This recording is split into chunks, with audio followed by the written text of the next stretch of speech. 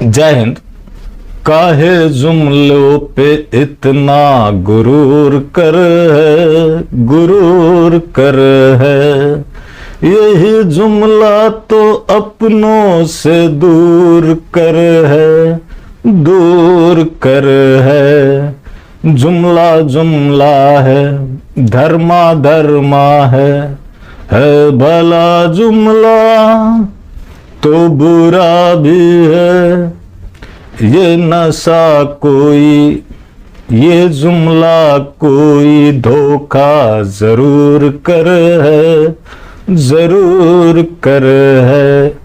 तो हाँ, तो जुमलावादियों, आज मैं बात करूंगा तो जलजला आ जाएगा, तालाब से पानी सूख जाएंगे, हिंदू एकता टूट जाएगी, गंगा जमनी तहजीब पे भी चोट पड़ने वाला है। अब इतना कुछ देखना चाहते हैं तो आगे जरूर देख सकते हैं।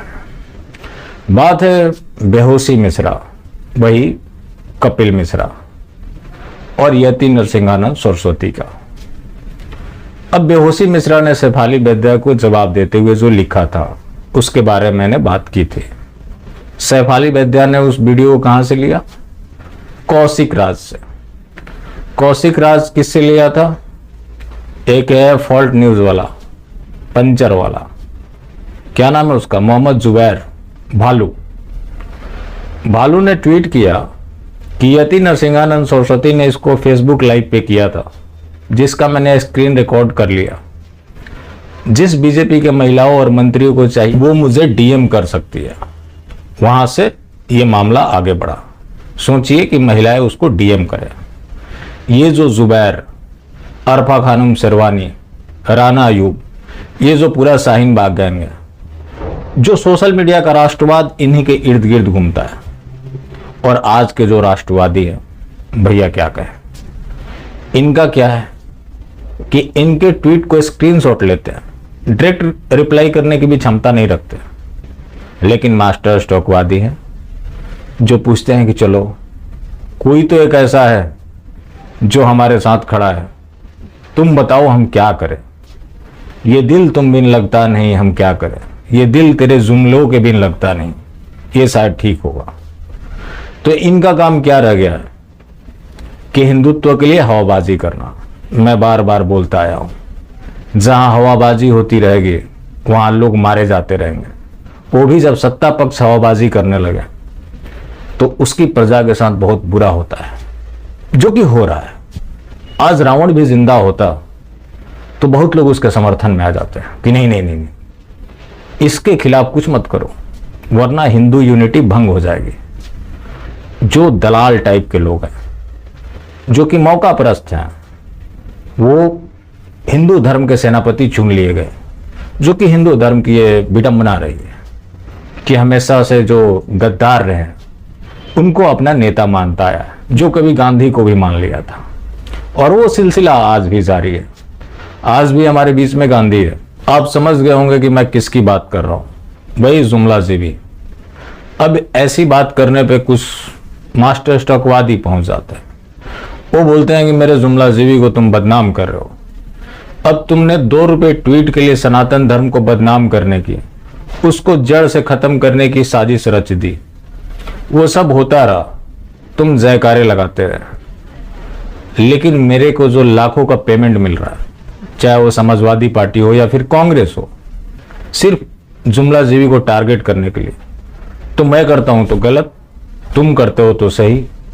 तुमने तो 2 रुपए के लिए पूरे धर्म के साथ समझौता कर लिया। हमने धर्म के खिलाफ कभी कुछ नहीं बोला। हम धर्म को मजबूत करने की लड़ाई लड़ रहे हैं, लेकिन अगर उसी बहाने कुछ पैसे आ रहे हैं जुमला जीवी को टारगेट करने के लिए, तो इसमें क्या बुरा है? हर किसी को अपने रोजगार का पूरा अधिकार होता है, जो कि मेरे को भी है। उसी के तहत मैं ये काम कर रहा हूं। तुम्हारे जैसे धर्म के जो जड़ है उसमें मट्ठा डालने का तो काम कर नहीं रहा। अब इनकी जो पूरी राजनीति है, इन हिंदुवादियों की, इनकी राजनीति क्या रह गई है कि जिहादियों को टारगेट करो, लेकिन उनके नैरेटिव पर ही घूमो। उनको किसी चीज से कोई लेना देना नहीं है। अब इस बेहोशी मिश्रा की बात हो रही है तो इसने तो टोपी भी पहन के देख ली थी। टोपी पहन लेने के बाद भी वो सगे नहीं हुए, क्योंकि वो सगे खुद के भी नहीं है। जब तक कि पूरी मानव सभ्यता खत्म नहीं हो जाती, वो चैन से बैठने वाले नहीं है। अभी चूंकि उसके सामने हिंदू है, इसलिए उसकी लड़ाई हिंदू से है, वो एकजुट हो जाता है, लेकिन वो सगा किसी का भी नहीं है। अब इसके टोपी पहनने के बाद भी नहीं हुए, तो सोचो कि बाकी लोगों के साथ क्या होता होगा। उसको नफरत तुम्हारे पहचान से। और कपिल मिश्रा ने जो कुछ भी किया, तो कि इसके दूसरे पक्ष की बात करें तो वो शायद भविष्य को देखते हुए ऐसा बोला हो, क्योंकि पहले भी टोपी पहन चुका है, आगे भी जरूरत पड़ेगी तो परमानेंटली भी पहन सकता है। जब एक बार पहनने में कोई दिक्कत नहीं हुई, तो परमानेंटली पहनने में क्या दिक्कत होगी। हो सकता है कि ये अपने भविष्य को देखते हुए ऐसा फैसला लिया हो, क्योंकि भविष्य में ये दिन तो इनको देखने हैं।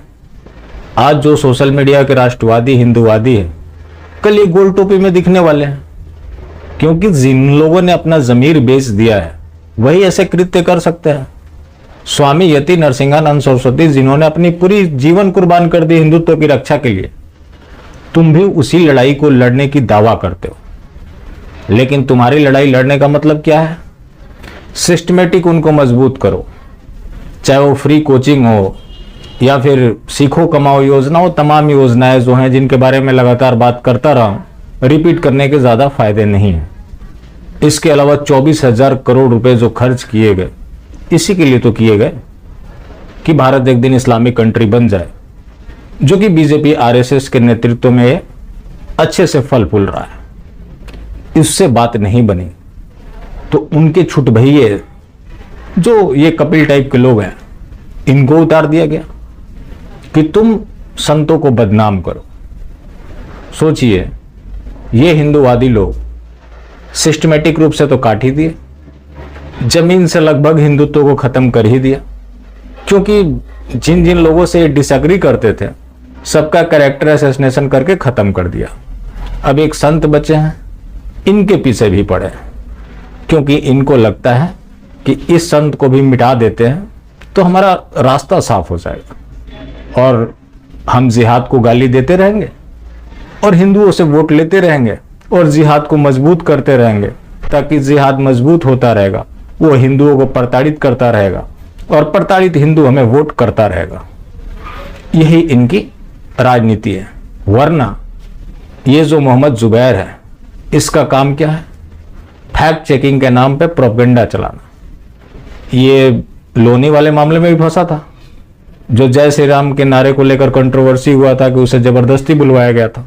ऐसा नहीं है कि कपिल मिश्रा ने यति नरसिंहानंद सरस्वती के खिलाफ बोल दिया तो उन लोगों ने इसको गले से लगा लिया। गले से नहीं लगाया, उसके बाद भी ट्रोल करते रहे, क्योंकि उनको पता है कि अपने शत्रु को कैसे दबाना है। हिंदुओं में ऐसा नहीं होता। आपने कभी सोचा है कि हमारे देवी देवताओं को क्यों हमेशा टारगेट किया जाता है? नहीं सोचा होगा। चलिए मैं बता देता हूं।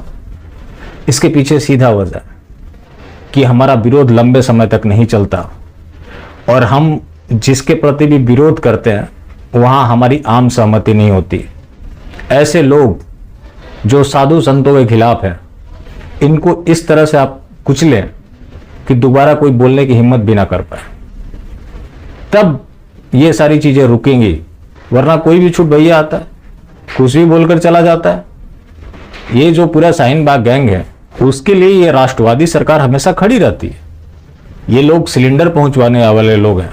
धर्मेंद्र प्रधान का मामला आपको याद होगा, जो रिसेंटली एक वो सभा नकवी है, उसको उन्होंने सिलेंडर पहुंचवाया था। तो सोचिए कि किस तरह से ये जिहाद को मजबूत कर रहे हैं, ताकि आपको डरा सके कि वो तुम्हें खा जाएगा और आप डर डर के इनको वोट करते रहे। कितनी अच्छी इनकी रणनीति है। और ये जो शाहीन बाग गैंग है, शाहीन बाग गैंग आज जो नैरेटिव सेट करता है, उस नैरेटिव पर ये लोग चलते हैं। ऊपर से ये लोग सफाई देते हैं कि हम तुम्हारे जैसे नहीं हैं। अब इसके पीछे क्या इनका तर्क है कि हम जो गलत होता है उसको गलत बोलते हैं। तुम किसको सफाई देना चाहते हो? उन लोगों को जिन लोगों ने अफजल को भी आज तक आतंकवादी नहीं माना, वो अपने हर कुकर्मों के साथ खड़े हैं, लेकिन तुम सफाई पेश करने जाते हो उनके पास जिनको समस्या तुम्हारी सफाई से नहीं है, समस्या तुम्हारी पहचान से है। जिस दिन तुम्हारी पहचान मिट जाएगी वो खुश होंगे, यही वो चाहते भी हैं, और तुम वहीं पे चले जाते हो अपनी सफाई पेश करने। ऊपर से भी तुम्हें लथेड़ते हैं, और हम जैसे लोगों से उम्मीद करते हो कि हम इसके ऊपर कुछ बोले ना, चुप्पी साध ले, क्योंकि हिंदू एकता खराब हो जाएगी। आपस में लड़ना ठीक नहीं है। आज जो पूरी दुनिया में कचरा है, सारे हिंदुइज्म से निकला हुआ कचरा है। हमारा अरबों साल पुराना यह धर्म इन गद्दारों की वजह से पराजित होता आया है, और जब तक हम अपने गद्दारों को चिन्हित करके बाहर नहीं निकालेंगे, ऐसी घटनाएं होती रहेंगी। लेकिन यहां तो उल्टा हो गया है। लोगों ने गद्दारों को अपना नेता मान लिया है कि ये गद्दार हमें लोगों से बचाएंगे, जो कि मौका लगते कभी टोपी पहन लेते हैं, कभी तिलक लगा लेते हैं, क्लैरिफिकेशन देते घूमते हैं, उसके बाद भी लतियाए जाते हैं, और हमसे उम्मीद करते हो कि हम बख्श देंगे। बिल्कुल नहीं बख्शेंगे, क्योंकि धर्म से बड़ा कुछ भी नहीं। जिंदा रहे तो फिर मिलेंगे, और मिलते रहे तो जिंदा रहेंगे। जय हिंद।